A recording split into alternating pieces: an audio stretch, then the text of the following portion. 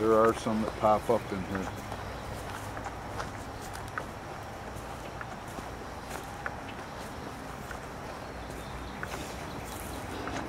There's two ways of doing this. You can go in this way, but the way we're going to do it with the new, I'll show you it later. We're going to inoculate in the back side of the bark along the edge. I'm going to build these. It's like building a log cabin. You stack the logs and see, there's one blowing out right there. That's a oyster mushroom just starting. See how it's coming out of the hole where we stuck the plug in? Uh-huh. Here's another one just starting. Oh yeah.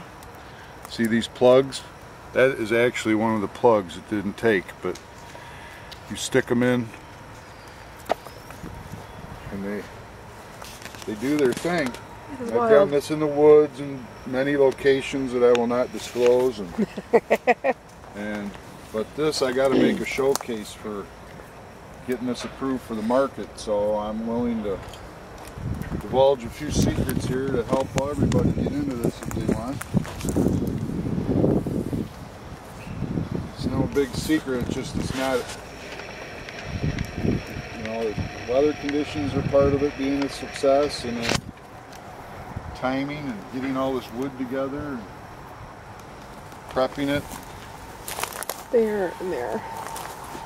You see, these are the plugs you stick in. You can get them from Fungi Perfecti. But I'll be going around the edge this time with these bigger logs. We'll drill between the bark. See, this is getting older, so this is to the end of its run. It's going to be firewood now. We'll have to cut down some more and do it again. You get like 3-4 years every time you set this up, and then you got to start over again. Oh yeah, here's another one. It's not really big, but see how it blows out of the bark? Right? Point me in the right spot there if you want. Right there. What are you, oh, you're videoing, okay. Yeah. Yeah, he's just poking out. Very cool. See, again, you got the holes. And even though you put it here, it might pop out anywhere it wants to. It's following the bark. Mm-hmm.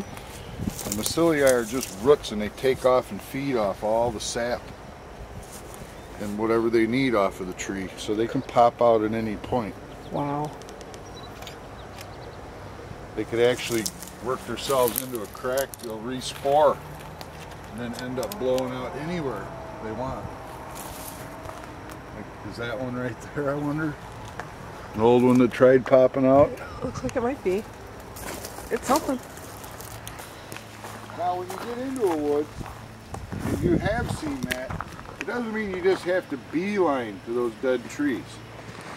Morels grow, there's an elm right there, and they grow with live ones, and they also grow around the dead ones. They flush more sometimes around the dead, but you have to begin hunting immediately. They can be anywhere. And for the sake of time, I mean, we've scoured this with Techie and 2 of her friends and that. We've been hunting them for a week now. And we've actually found them up in here, and there could be a few in there yet. We found them right next to the driveway here. And, you know, there isn't even a morel on this side. There's an elm over there. But as you walk, we'll just start really focusing right in here. And I mean, sometimes it's better to grab like a stick, because when you move the grass, the morel will stay rigid. I'm not kidding, they've been popping up every day, so I don't just want to rush in here. But you'll just take a stick and wave it, and you got to focus.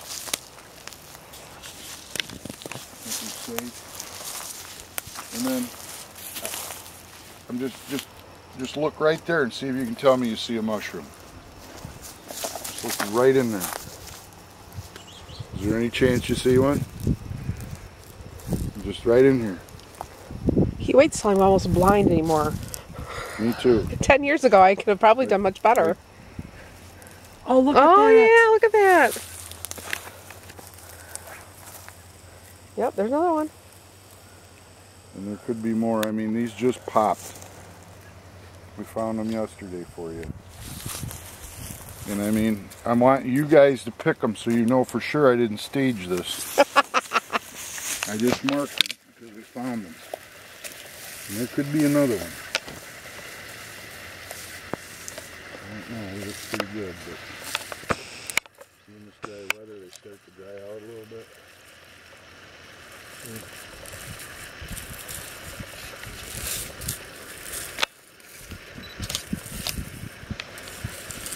See how camouflaged they are? Yeah, that is incredible. Okay, and they are out, and I'm afraid to say there's a chance I could have some for the market, but with this weather like this, it'd be better if everyone tried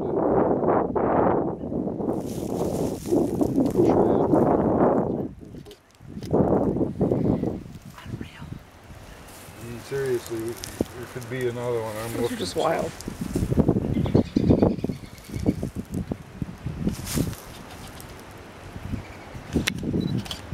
Of course, they get bigger too. This is the first types that come out, and then they can get this big too.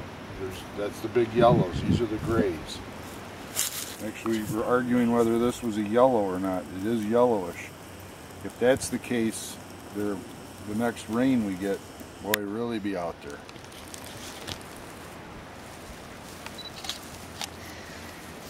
And here, see how it's in the ground.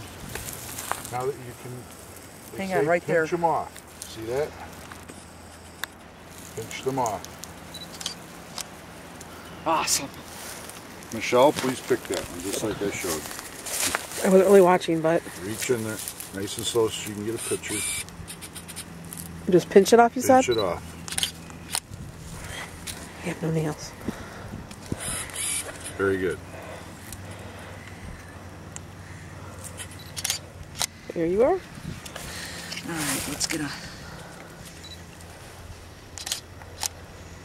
Oh, is that gorgeous?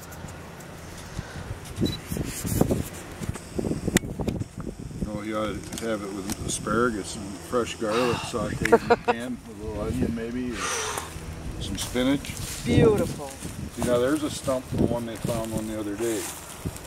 Like you left the stump here, so there's evidence that there was another one right here. Like I said, it helps your vision sometimes if you wand the area, because the mushroom will stay rigid and the grass will move. So I found a couple of big ones here.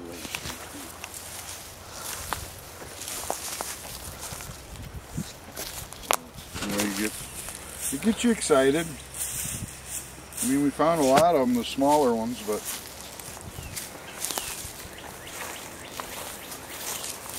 that's to give you an example too. Look how far away you are from the dead ones here. Yeah.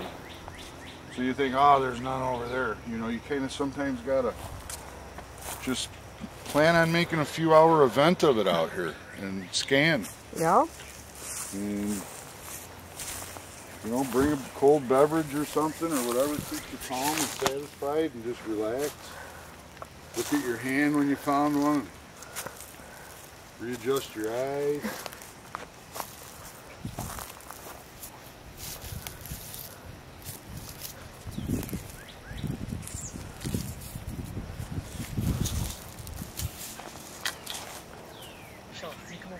There's been so many times when I've been doing this and you look right at your foot and there's one either under it or right next to it.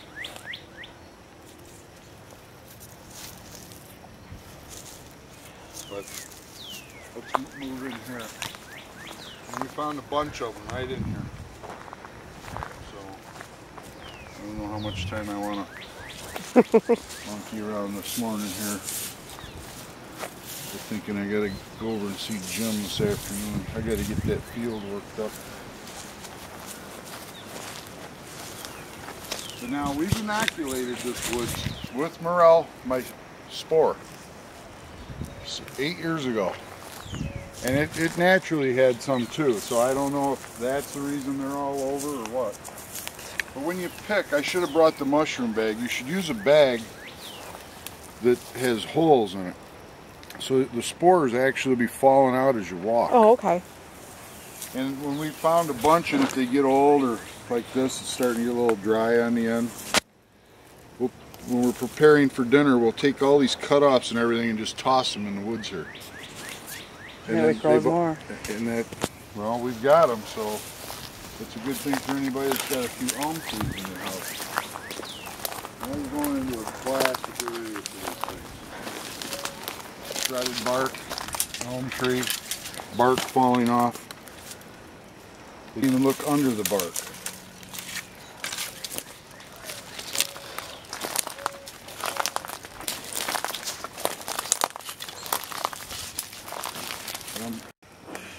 Apparently it only records for so long and shuts off on me. Oh, there it is. See it? See how tiny they can be? Oh, yeah.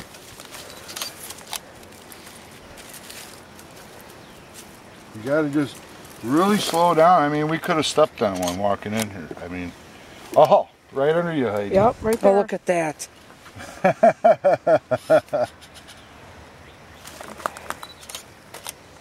They are everywhere. Incredible. Okay, so now you're mushroom hunters. Oh, over here. You got one? There's I don't even see it. Underneath the leaf.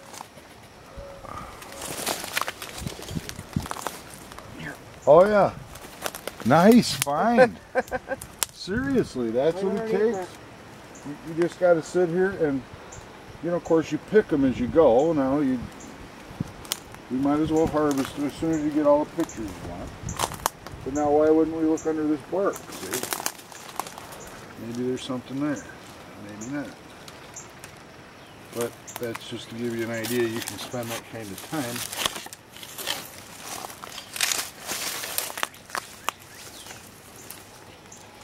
We didn't even see these yesterday. The one you just found, I don't know, they come up overnight. And they don't grow any bigger, so when you find them, That's it. it's like a 10, 12 hour process. And once they're extended, that's what you get.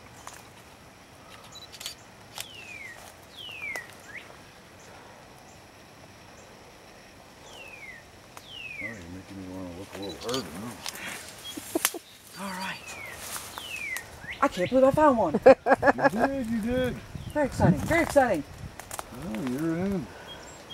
I watched them do this on TV once. It helps. Now you can watch it on Facebook. You know, we'd put that and then we'll look next year, but that doesn't mean they're going to be right there, you know.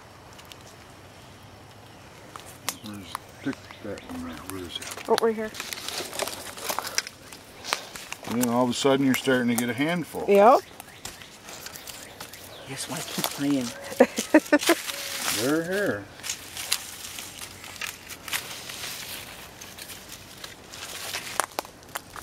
Oh, I've hunted with some real wild people before.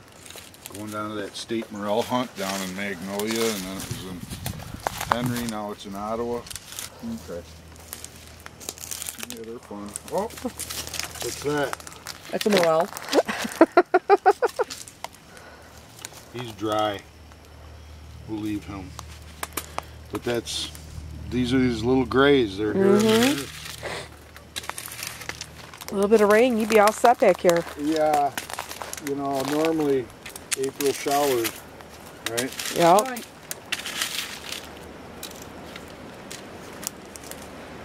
That's the first sign of it right there. What? The wind just took and picked up. Well, and I wouldn't be out here in a real windy day because remember this is all dead above us. It's gonna start falling. So it can get a little hairy. You gotta use common sense in the woods. These other things called widow makers. Those are branches. Fall in there. At least that's what the old guys used to say. You're missing some really cool pictures inside here, you know. I know. I'm a little busy hunting for mushrooms. Got you all set. Taking these logs and digging the trench with the backhoe along the property line. and sanding them back up.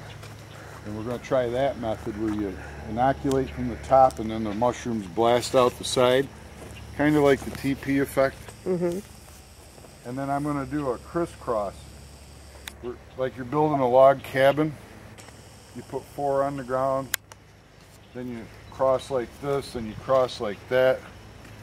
You build like a pyramid that way. Mm-hmm. And then that'll sit in the corner, and then you'll have the straight line. And we'll be drilling those holes.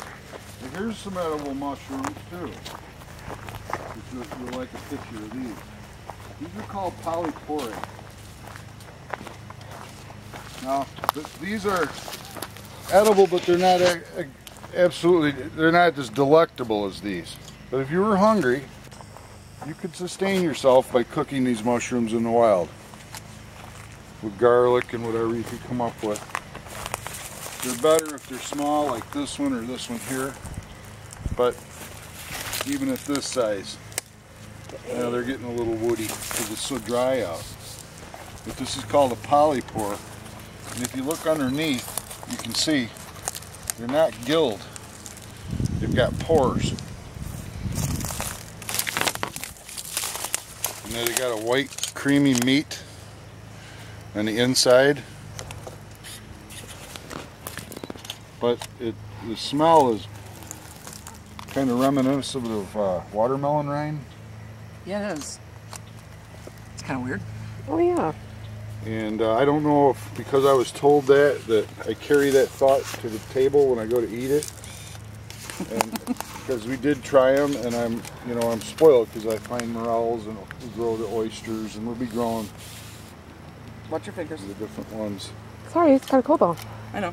Feel it, feel it. That is just wild. I mean, But how they're drying out. When it rains, they'll get pliable again. Right. But it's just so dry right now. But that's another edible. It's just not rated delectable. that is just wild. These pictures are incredible. Well, now when the next flush comes, they'll be bigger.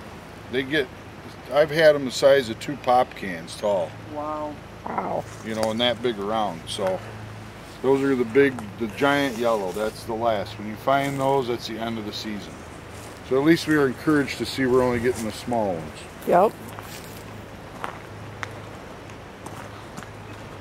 But I just don't know. It could be a fluke and there's a late flush. Just keep looking.